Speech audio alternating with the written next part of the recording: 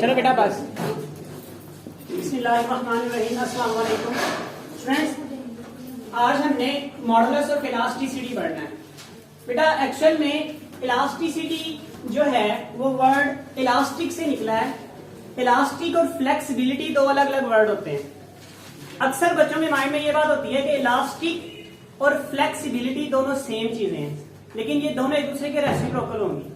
इससे पहले बेटा जो हमने टॉपिक थोड़ा सा इससे कल पढ़ा था उसको एक मतलब रिवाइज कर लेते हैं। मैंने आपको बेटा बताया था वो फोर्स जो किसी की शेप में, लेंथ में या वॉल्यूम में चेंजिंग कर दे, मींस वो फोर्स जो किसी की शेप में, वॉल्यूम में या लेंथ में चेंजिंग कर दे, इस फोर्स को बेटा हम नाम देते हैं स्ट्रेस का। जब ये खास एरिया पर लगती है, पर यूनिट एरिया पर जब फोर्स लगती है और उसमें चेंजिंग आ जाती है, डिफॉर्मेशन आ जाती है, उसे बेटा क्या कहते हैं? उसे स्ट्रेस कहते हैं। सपोज कर लें बेटा हमारे पास एक रॉड है, उस रॉड की जो लंबाई है वो हमारे पास L0 है। जैसे ही बेटा इस पर हम फोर्स लगाएंगे, इसको इधर से इस तरह पुश कर रहे हैं, इधर से इस तरह पुश कर रहे हैं। अब फोर्स लगाने से इसकी लंबाई जो है पहले से हम सपोज कर रहे हैं बढ़ गई है, वो यहां तक हो गई है। अब ये L का मतलब है लेंथ और O का मतलब है ओरिजिनल। ये सिर्फ लेंथ है after the applying stress, stress लगाने के बाद। जैसे ही आप फोर्स लगा रहे हो, फोर्स लगाने के बाद इसकी लंबाई क्या हो रही है? चेंज हो रही है। इस फोर्स को जो एरिया पर लग रही है खास, इसे बेटा क्या कहते हैं? स्ट्रेस कहते हैं। अगर ये बेटा लंबाई में चेंजिंग करे तो इसे कहते हैं लीनियर स्ट्रेस। बेटा याद रखिएगा, not tensile but linear. Linear का नाम दिया जाता है। उसका रीजन बेटा क्यों है? क्योंकि लीनियर दो तरह की हो सकती है। लीनियर एक हमारे पास हो सकती है टेंसाइल, और दूसरी बेटा हमारे पास हो सकती है कंप्रेशनल। अगर बेटा फोर्स लगाने से लेंथ में इंक्रीज हो गया, जैसे इस केस में फोर्स लगाई, लेंथ में क्या हो गया? इंक्रीज, तो ये स्ट्रेस लीनियर होगी। और लीनियर की कौन सी टाइप होगी? Tensile. That is called tensile stress but not compressional stress. अगर यही फोर्स हम इसके डायरेक्शन को चेंज कर दें और इस तरफ इसको अंदर की तरफ बेंड करें, तो क्या होगा? इसके जो मॉलिक्यूल्स हैं दूसरे करीब करीब होंगे, लेंथ में अभी भी चेंजिंग आ जाएगी। जो चेंजिंग आएगी उसे स्ट्रेन का नाम देंगे, लेकिन जो चेंजिंग आएगी अब लेंथ में पहले से कम होगी, तो इस वक्त जो स्ट्रेस होगी उसे बोलेंगे कंप्रेशनल स्ट्रेस, जो हमने कल डिस्कस किया था। इसका यूनिट भी डिस्कस किया था। बहरहाल आज का बेटा जो हमारा टॉपिक है वो मॉडुलस ऑफ इलास्टिसिटी है।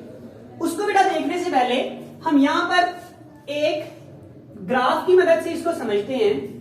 सपोज कर ले बेटा किसी एक चीज पर, यहां पर मैं स्ट्रेस को y एक्सिस पर स्ट्रेस को इंडिकेट कर रहा हूं और x एक्सिस पर मैं स्ट्रेन को इंडिकेट कर रहा हूं। तो बेटा स्ट्रेन दोबारा से याद कर लें क्या था बेटा? जितनी चेंजिंग आई थी, सपोज करें यहां से यहां तक लेंथ बढ़ी थी, इसको कह रहे हैं delta L. Delta L strain नहीं है, बल्कि जो चेंज आई है डिवाइडेड बाय ओरिजिनल लेंथ, इसको बेटा क्या कहते हैं? इसको स्ट्रेन कहते हैं। ये हमारे पास क्या है? स्ट्रेन। बेटा इस स्ट्रेन के फॉर्मूले से हमें ये पता चल रहा है कि स्ट्रेन एक्चुअल में सिर्फ इस पर डिपेंडेंट है। L0 कांस्टेंट है, पहले तो वो ओरिजिनल है। अगर L0 डेल्टा एल ज्यादा होगा तो स्ट्रेन भी ज्यादा होगी, अगर डेल्टा एल कम होगा तो स्ट्रेन भी, मतलब चेंज अगर ज्यादा होगा तो स्ट्रेन क्या होगा? ज्यादा। अगर स्ट्रेन कम होगा तो चेंज क्या होगा? कम होगा। इस तरह से बेटा अगर हम यहाँ पे ग्राफ शो करें स्ट्रेस और स्ट्रेन के दरमियान में, तो graph will be a linear line, straight line होगी। इसका मतलब होगा ये एक दूसरे के क्या है? डायरेक्टली प्रोपोर्शनल है। अगर हम बेटा यहाँ पर वैल्यूज लें, एक छोटा सा टेबल बनाएं और टेबल में बेटा वैल्यूज पुट करें, तो हमें पता होगा ये, सपोज करें बेटा यहाँ पर हम 4 वैल्यूज ले रहे हैं।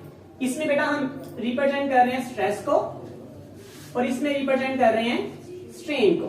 अब बेटा स्ट्रेस सपोज कर लें हमने अप्लाई की 10 पास्कल या न्यूटन पर मीटर स्क्वायर, और उसकी वजह से स्ट्रेन जो प्रोड्यूस हुई यानी delta L divided by L0 जो हुआ विल बी 2। अगर बेटा मैं कहता हूं जो लंबाई में चेंजिंग हुई ना उसके लिहाज से हमने जो वैल्यू कैलकुलेट की 2 आई, स्ट्रेस मैंने कितनी अप्लाई की थी 10। अगर बेटा मैं स्ट्रेस को बढ़ाऊंगा, सपोज करिए हम फोर्स को ज्यादा बढ़ा रहा हूं, तो फोर्स को ज्यादा बढ़ाऊंगा तो लंबाई में चेंजिंग भी पहले से क्या हो जाएगी, तो इसको अगर हम 20 करते हैं तो यहां पर कितना हो जाएगा 4। कैसे बेटा, इसको मैंने डबल कर दिया तो ये भी क्या हो गया, डबल हो गया। इसको आप मजीद बढ़ा दें, सपोज कर लें स्ट्रेस को आप कर रहे हैं 40, तो इसको भी डबल कर दें, ये कितना हो जाएगा 8। उसके बाद इसको मजीद बढ़ा दें, स्ट्रेस आप और बढ़ाते जा रहे हैं, स्ट्रेन भी क्या होती जाएगी, बढ़ती जाएगी। देखिए बेटा ये जो ग्राफ बनेगा, सपोज करें ऊपर की तरफ स्ट्रेस और स्ट्रेन की अगर लाइन ड्रा करेंगे तो इस तरह से लीनियरली होते हैं, डायरेक्ट होते हैं, उनकी लाइन हमेशा वैसे बेटा कैसे बनती है, स्ट्रेट। ये इलास्टिक लिमिट के अंदर तक होगा, स्ट्रेट लाइन बनेगी, कर्व स्ट्रेट बनेगा। अच्छा बेटा यहां पर आपको ये बताना चाहिए कि स्ट्रेस और स्ट्रेन की जब रेशियो कैलकुलेट की जाए किसी भी जगह पर बेटा, हम stress divide by strain calculate करते हैं, तो स्ट्रेस ओवर स्ट्रेन यहां पर 10/4, 10 डिवाइड बाय 2, आंसर कितना आएगा 5। 20/4 आंसर कितना आएगा 5। 40/8 आंसर कितना आएगा 5। 80/16 आंसर कितना आएगा 5। इसका मतलब बेटा ये है कि स्ट्रेस आप बढ़ा रहे थे, उससे स्ट्रेन भी क्या हो रही थी, बढ़ रही थी, लेकिन इन दोनों की जो रेशो थी वो क्या थी, कांस्टेंट थी। बेटा ये इसका मैथमेटिकल मीन अभी तक हमने समझा है, इसका फिजिकल मतलब ये नहीं है। फिजिकली यंग मॉडुलस क्या होगा, इलास्टिसिटी मॉडुलस क्या होगा, उसको हम देखेंगे। अभी मैं सिर्फ बात कर रहा हूं कि ये जो चीज है, ये इंपॉर्टेंट चीज है, कांस्टेंट। फिजिक्स में वो चीज जो कांस्टेंट रहती है, इससे हम ज्यादा इंफॉर्मेशन गेन कर सकते हैं। तो यहाँ पे जो मॉडुलस ऑफ इलास्टिसिटी है वो क्या है, कांस्टेंट। मीन स्ट्रेस और स्ट्रेन को डिवाइड करें तो आंसर किसी भी जगह पर क्या आ रहा है, सेम आ रहा है। तो मॉडुलस ऑफ इलास्टिसिटी यहाँ पर क्या है, रिमेन कांस्टेंट, जिसको हम क्या कह रहे हैं, ratio of stress to the strain. Strain और स्ट्रेस को अगर डिवाइड करें तो आंसर उनका हमेशा क्या आएगा, सेम आएगा। इसे बेटा क्या कहते हैं, इलास्टिसिटी मॉडुलस। तो इसकी बेटा अगर डेफिनेशन आप लिखना चाहते हैं तो वो भी लिख लेते हैं, the ratio of stress to the strain in elastic limit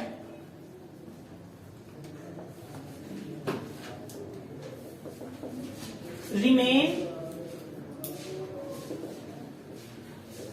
constant। बेटा इसको नॉर्मली हम रिप्रेजेंट करते हैं सिर्फ E के साथ। E is equal to stress divide नहीं होगी। अच्छा बेटा अब इलास्टिसिटी मॉडुलस ये किसी के लिए भी है, लेकिन अगर इसकी हम बेटा सिर्फ यूनिट्स की बात करें तो स्ट्रेस का बेटा यूनिट क्या होगा, स्ट्रेस का बेटा यूनिट होगा force per unit area over strain होती है। अगर हम लीनियर की बात करें delta L over L not, तो ये हमारे पास हो जाएगा न्यूटन पर मीटर स्क्वायर ओवर, इसका कोई यूनिट नहीं आएगा तो लिहाजा यूनिट क्या बन जाएगा, पास्कल। मैंने कल आप लोगों को बताया था बेटा इलास्टिसिटी मॉडुलस का, स्ट्रेस का और प्रेशर का सबका यूनिट क्या होता है, एक ही होता है, और वो क्या होता है, न्यूटन पर मीटर स्क्वायर या फिर पास्कल। ये उसका क्या होता है बेटा, यूनिट होता है। अच्छा बेटा अब इसका फिजिकल मतलब की तरफ चलते हैं। What is meaning of elasticity, हमें इसका क्या फायदा होगा इलास्टिसिटी का। तो बेटा इलास्टिसिटी किन ऑब्जेक्ट्स की ज्यादा होती है, ये बेटा हमेशा याद रख लें, जिनमें हम ज्यादा स्ट्रेस अप्लाई करें स्ट्रेन उनमें कम प्रोड्यूस हो। मतलब फोर्स ज्यादा लगाने से चेंजिंग उनमें जो क्या हो, कम हो, उनकी इलास्टिसिटी क्या होगी, ज्यादा होगी। जैसे बेटा हम सपोज करते हैं मेरे पास एक स्टील का रॉड है, इसकी लेंथ जो है वो एल नॉट है, और यहां पर मेरे पास एक रबर है। सपोज कर लिया बेटा ये हमने रबर, और ये हमारे पास क्या है, स्टील। अच्छा बेटा इन दोनों पर जो आप फोर्स लगा रहे हो पर यूनिट एरिया पर, जो स्ट्रेस अप्लाई कर रहे हो, लेट्स सपोज कर लेते हैं बेटा 20 न्यूटन आप इस पे अप्लाई कर रहे हो पर मीटर स्क्वायर पे, और 20 न्यूटन आप इस पे अप्लाई कर रहे हो पर मीटर स्क्वायर पे। तो बेटा किसकी लेंथ में ज्यादा चेंजिंग होगी, ऑफ कोर्स बेटा रबर की लेंथ में क्या होगी, ज्यादा चेंजिंग होगी। अब बेटा रबर की जो लेंथ होगी वो पहले से बहुत ज्यादा बढ़ जाएगी, और जो स्टील की लेंथ होगी वो अप्रॉक्सीमेटली उतनी रहेगी, उसमें चेंजिंग ना होने के बराबर इंतहाई कम आएगी। हो सकता है थोड़ी आए लेकिन इंतहाई कम आएगी। इसका मतलब ये हुआ कि दोनों पर आपने स्ट्रेस अप्लाई की, लेकिन स्ट्रेन किस में ज्यादा हुई? रबर में। अगर रबर में ज्यादा हुई, इसका मतलब ये है कि रबर का जो इलास्टिसिटी मॉडुलस है वो कम है। याद रखें, जिसमें स्ट्रेन की वैल्यू, अभी हमने बेटा क्या लिखा? हमने लिखा इलास्टिसिटी इज इक्वल है स्ट्रेस डिवाइडेड बाय स्ट्रेन। अगर बेटा हम इलास्ट्रेन की बात करें, जिसमें स्ट्रेन क्या होगी? ज्यादा होगी, उसका इलास्टिसिटी मॉडुलस क्या होगा? कम होगा। स्ट्रेन जिसमें ज्यादा होगी, चेंजिंग जिसमें ज्यादा होगी, उसका इलास्टिसिटी मॉडुलस क्या होगा? कम होगा। तो हम यहां से बेटा ये रिजल्ट निकाल सकते हैं, elasticity modulus is inversely proportional to strain, अगर स्ट्रेस कांस्टेंट है। और अगर आप ज्यादा स्ट्रेस अप्लाई कर रहे हैं किसी एक में, सपोज करिए हम दो मटीरियल है, स्ट्रेन कांस्टेंट लेते हैं। मैं लेट करता हूं कि रबर और स्टील की एग्जांपल ले लेता हूं। स्टील की एग्जांपल में कहता हूं इसकी लेंथ जो है पहले L0 थी, और अभी इसकी लेंथ भी L हो चुकी है, और इसकी भी L हो चुकी है, ये भी चेंज हो गई है। बेटा सिंपल ये बात समझें, इसकी भी लंबाई में मैंने उतनी ही चेंजिंग की, इसकी भी लंबाई में मैंने उतनी ही चेंजिंग की, लेकिन स्ट्रेस किस में ज्यादा लगानी पड़ी होगी? स्टील में। ये तो आसानी से हो गया होगा, लेकिन इसमें स्ट्रेस बहुत ही ज्यादा अप्लाई करनी पड़ी है। इसका मतलब है जिसमें स्ट्रेस ज्यादा अप्लाई करनी पड़ेगी उसका इलास्टिसिटी मॉडुलस भी क्या होगा? ज्यादा होगा। इसका फिजिकल मतलब बेटा ये है कि वो अपनी यूनिफॉर्म कंडीशन में या इक्विलिब्रियम पोजीशन में ही रहना चाहता है। जिसको हम आसानी से डिफॉर्म कर सकते हैं ना, एमसीक्यू के लिए बहुत इंपॉर्टेंट पॉइंट है, याद रखें, जिसको आसानी से डिफॉर्म कर सकते हैं, आसानी से उसकी शक्ल चेंज कर सकते हैं, उसका इलास्टिसिटी मॉडुलस जो होगा वो कम होगा। और जिसको आसानी से हम डिफॉर्म नहीं कर सकेंगे उसका इलास्टिसिटी मॉडुलस क्या होगा? ज्यादा होगा।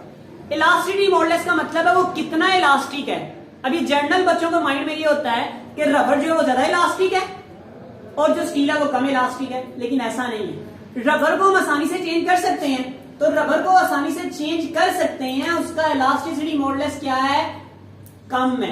इलास्टिसिटी मॉडुलस कम है, इट मीन उसमें इलास्टिसिटी जो है वो भी क्या है? कम है, वो कम इलास्टिक है। लेकिन स्टील जो है वो क्या है? वो ज्यादा इलास्टिक है। तो बेटा इलास्टिक का मतलब यहां पे समझें, फिजिकल मतलब इलास्टिक का ये होता है कि वो अपनी हालत में चेंजिंग चाहता ही नहीं है। जो जितना ज्यादा स्ट्रॉन्ग होगा इस मैटर में उतना ज्यादा इलास्टिक होगा। इसके रेसिप्रोकल वर्ड हम यूज करते हैं फ्लेक्सिबिलिटी। अगर एमसीक्यूज में आपको रहता है फ्लेक्सिबिलिटी किसकी ज्यादा है, तो रिमेंबर जिसकी इलास्टिसिटी कम होगी उसकी फ्लेक्सिबिलिटी ज्यादा होगी। तो आप ये कहेंगे कि रबर की फ्लेक्सिबिलिटी तो ज्यादा है लेकिन इलास्टिसिटी क्या है? कम है। क्लियर हो गया बेटा ये पॉइंट? तो बेटा यहां पर मॉडुलस ऑफ इलास्टिसिटी हम ये रिजल्ट भी निकाल सकते हैं, modulus of elasticity is directly proportional difficult या how difficult to deform a substance, यानी किसी भी सब्सटेंस को डिफॉर्म करना कितना मुश्किल है। अगर उसको डिफॉर्म करना ज्यादा मुश्किल है ना, तो उसकी इलास्टिसिटी क्या होगी? ज्यादा होगी। उसमें मॉडुलस ऑफ इलास्टिसिटी क्या होगा? ज्यादा, वो ज्यादा इलास्टिक होगा। अगर किसी को डिफॉर्म करना ज्यादा आसान है, जैसे रबर हो गया या दूसरी चीज हो गई, उसको डिफॉर्म करना आसान है, उसकी इलास्टिसिटी क्या हो जाएगी? कम हो जाएगी। जिसको डिफिकल्ट का वर्ड कम हो जाएगा, मतलब आसानी से डिफॉर्म कर सकेंगे, तो उसकी इलास्टिसिटी क्या हो जाएगी? कम हो जाएगी। बेटा इंपॉर्टेंट पॉइंट है, याद रखिएगा। क्लियर हो गया बेटा ये पॉइंट? अच्छा बेटा, इसीलिए हम अगर नेक्स्ट स्टार्ट करें तो इलास्टिसिटी का जो टाइप्स हैं बेटा, वो 3 टाइप्स इसकी होती हैं। इसकी 3 टाइप्स बेटा कौन कौन सी होती हैं? नंबर 1 बेटा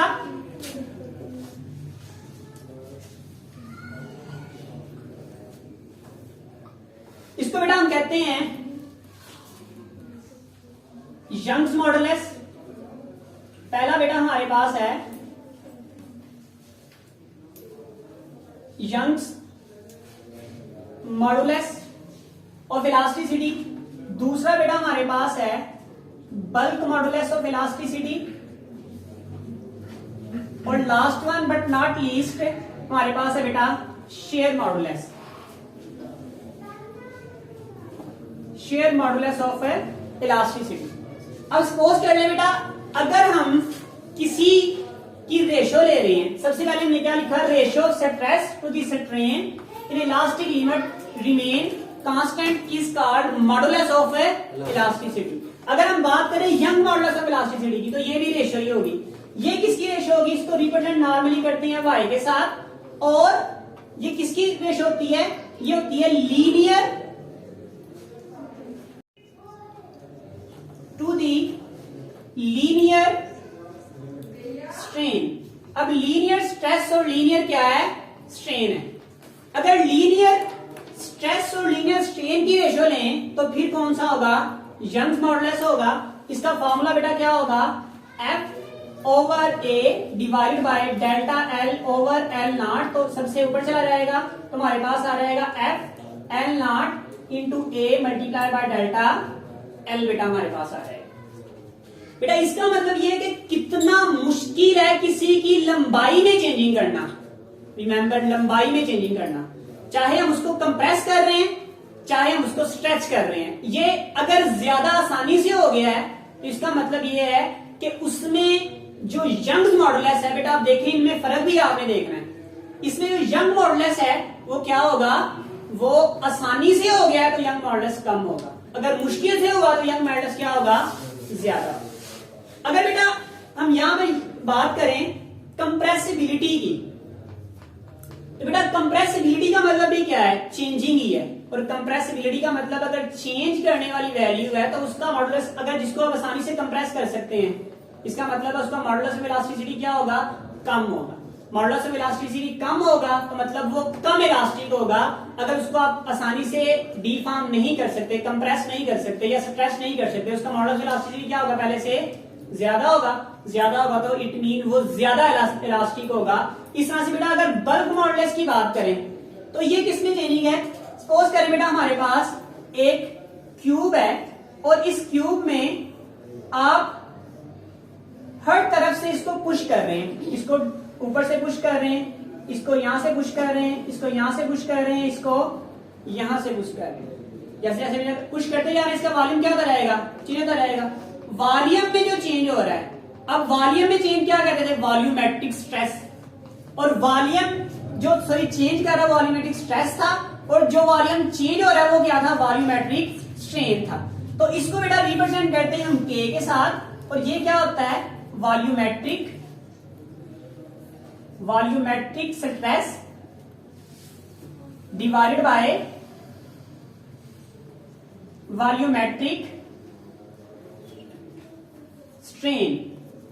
अगर बेटा इसको भी हम लिखना चाहें तो K इज इक्वल टू बेटा हमारे पास क्या आ जाएगा, वॉल्यूमेट्रिक स्ट्रेस हमारे पास फोर्स पर यूनिट एरिया ही होगा, और ये क्या होगा, delta V over V not. तो K इज इक्वल टू बेटा क्या आ जाएगा,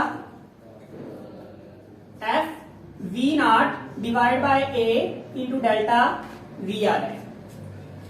अगर बेटा हम बात करें शेयर मॉडुलस की, तो शेयर मॉडुलस बेटा हमारे पास क्या होता है, शेयर मॉडुलस होता है कि उसका वॉल्यूम भी चेंज नहीं हो रहा, उसकी लेंथ में भी चेंजिंग नहीं आ रही, बल्कि उसकी शेप चेंज हो रही है। क्या चीज चेंज हो रही है, शेप चेंज हो रही है। सपोज करें हमारे पास यहां पर एक क्यूब है, इस क्यूब को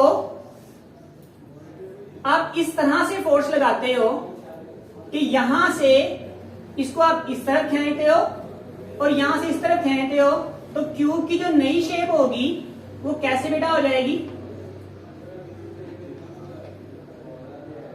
इस तरह से बेटा अपनी जगह से क्या हो जाएगा, वो थोड़ा सा टिल्ट हो जाएगा, पहले से अपनी जगह से चेंज कर जाएगा, पोजीशन चेंज कर जाएगा। बेटा ये देखें क्यूब का वॉल्यूम भी उतना ही रहा, क्यूब की लेंथ भी उतनी रही, लेकिन ये एरिया अब चेंज हो चुका है, इसकी शेप जो है वो चेंज हो चुकी है। किसने चेंज की, इस डेल्टा ए ने।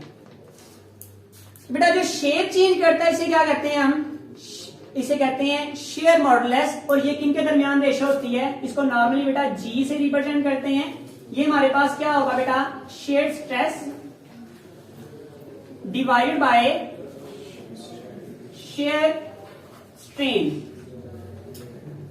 शेयर स्ट्रेन बेटा ये हमारे पास होगा।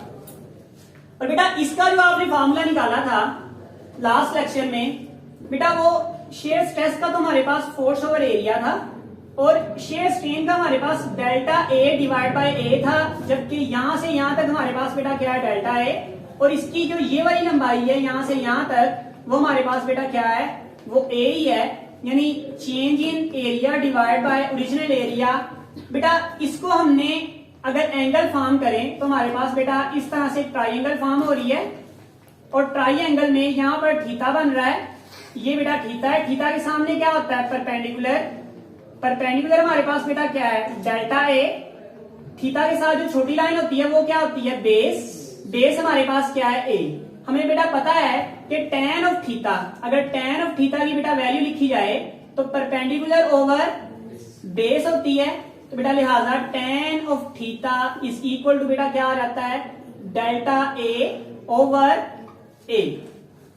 तो बेटा डेल्टा ए ओवर ए क्या है, tan थीटा। तो यहां पर आप क्या लिख सकते हैं, f over A divide by tan theta लिख सकते हैं। और मैंने बेटा आपको बताया हुआ है कि स्पेशल केसेस में जब थीटा बहुत ज्यादा स्मॉल होता है तो tan theta approximately equal to होता है sin थीटा के, और sin theta approximately equal to होता है थीटा के। क्या हमारे पास f over a divide by theta आ सकता है, या आप कह सकते हो f over a into theta. बेटा इसका सिर्फ यूनिट चेंज हो सकता है, बाकी सबका यूनिट क्या होगा, सेम होगा। लेकिन अगर स्पेशल केस वो नहीं कहता, अगर डेल्टा ए और ए ही आपने लिखना है तो इसका यूनिट भी क्या होगा, न्यूटन पर मीटर स्क्वायर ही होगा। इसका यूनिट भी बेटा क्या होगा, न्यूटन पर मीटर स्क्वायर ही होगा। बेटा फिजिकल मतलब मैंने आप लोगों को समझाया। फिजिकल मतलब मैंने बताया कि इलास्टिसिटी मॉडुलस, चाहे वो यंग्स हो, चाहे बल्क्स हो, चाहे वो शेयर हो, उसका मतलब है कि वो अपने आप में कितना चेंज होना चाहता है। अगर वो आसानी से चेंज हो जाता है, इसका मतलब है उसका मॉडुलस ऑफ इलास्टिसिटी कम है, इसलिए आसानी से हो गया वो। अगर वो आसानी से चेंज नहीं होता, इसका मतलब है उसका मॉडुलस ऑफ इलास्टिसिटी बड़ा स्ट्रॉन्ग है, ज्यादा है, दैट्स व्हाई आसानी से चेंज नहीं हो रहा। अच्छा बेटा अब ऑप्शन में आपको क्वेश्चन पूछा जाता है कि किसका मॉडुलस ऑफ इलास्टिसिटी सबसे ज्यादा होता है, सॉलिड का, लिक्विड का या गैसेस का। तो बेटा ऑप्शन हमारे राइट आंसर कौन सा होगा।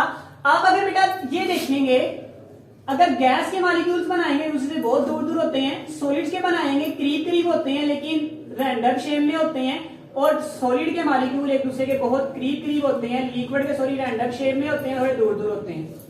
तो चेंज करना किसको आसान है, इसको देखिए बेटा कंप्रेस करना ज्यादा क्या है, आसान है। जिसको कंप्रेस करना ज्यादा आसान होगा उसका मॉडुलस ऑफ इलास्टिसिटी क्या होगा, कम होगा। उसमें वो सलाहियत नहीं है कि अपनी ओरिजिनल पोजीशन को गेन करके रख सके, तो लिहाजा सबसे ज्यादा modulus of elasticity will be solids. सबसे ज्यादा मॉडुलस ऑफ इलास्टिसिटी किसका होगा, सॉलिड का होगा। एक और इंपॉर्टेंट 3 बेटा एमसीक्यूज है, वो ये पूछता है कि हमें ये बताएं कि जो बल्क मॉडुलस है और शेयर मॉडुलस है वो किस किस का हो सकता है। वो सॉलिड का हो सकता है, वो लिक्विड का हो सकता है, वो गैसेस का हो सकता है, या ऑल ऑफ दीज। तो बच्चे हमेशा गलती करके आते हैं, वो ऑल ऑफ दीज पे लगाते हैं। रिमेंबर बेटा bulk modulus of and share modulus liquid का भी कभी नहीं हो सकता और गैसेस का भी कभी भी पॉसिबल है नहीं है।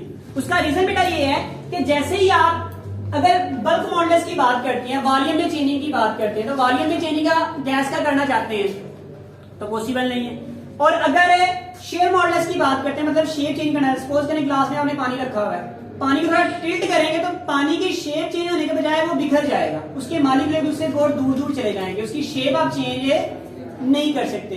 तो याद रखें बेटा जो शेयर मॉडुलस और बल्क मॉडुलस जो है वो सिर्फ किसका पाया जाता है, सिर्फ सॉलिड का पाया जाता है। अच्छा बेटा यहां से एक और एमसीक्यू आ जाता है, वो कहता है what is the unit of compressibility. अब कंप्रेसिबिलिटी का हमने पूरा नहीं पढ़ा, लेकिन लीनियर में हमने थोड़ी सी उसकी बात की थी। तो बेटा याद रखें जब तक आप फिजिकल मतलब ही ना समझेंगे आपको क्लियर नहीं चीजें होंगी। फिजिकल मतलब मैंने क्या बताया, मैंने कहा इलास्टिसिटी मॉडुलस उन चीजों का ज्यादा होगा जो अपने अंदर चेंजिंग कम लेके आएंगी, मतलब जो कम कंप्रेस होंगी। तो बेटा यहां से एक रिजल्ट बेटा बड़ा अच्छा निकाल सकते हैं कि जो इलास्टिसिटी मॉडुलस है वो इनवर्सली प्रोपोर्शनल है कंप्रेसिबिलिटी के। किस चीज के इनवर्सली प्रोपोर्शनल है? कंप्रेसिबिलिटी के इनवर्सली प्रोपोर्शनल है। मतलब जो आसानी से कंप्रेस हो जाएगा उसका मॉडुलस ऑफ इलास्टिसिटी क्या होगा? कम होगा। कंप्रेसिबिलिटी ज्यादा होगी, मॉडुलस ऑफ इलास्टिसिटी क्या होगा? कम होगा। अगर कंप्रेसिबिलिटी कम होगी तो मॉडुलस ऑफ इलास्टिसिटी क्या होगा? ज्यादा। मतलब जो आसानी से कंप्रेस नहीं हुआ, जो आसानी से कंप्रेस नहीं होगा उसकी मॉडुलस ऑफ इलास्टिसिटी क्या होगी? ज्यादा। तो एक दूसरे क्या हो गए? इनवर्स हो गए। इसीलिए बेटा इलास्टिसिटी का अगर यूनिट जो है वो न्यूटन पर मीटर स्क्वायर है तो कंप्रेसिबिलिटी का यूनिट क्या होगा? पर न्यूटन एंड मीटर का स्क्वायर, या इसे क्या कह सकते हैं? पर पास्कल भी बेटा कह सकते हैं। आई होप बेटा आपको क्लियर हो गया होगा। अस्सलाम वालेकुम।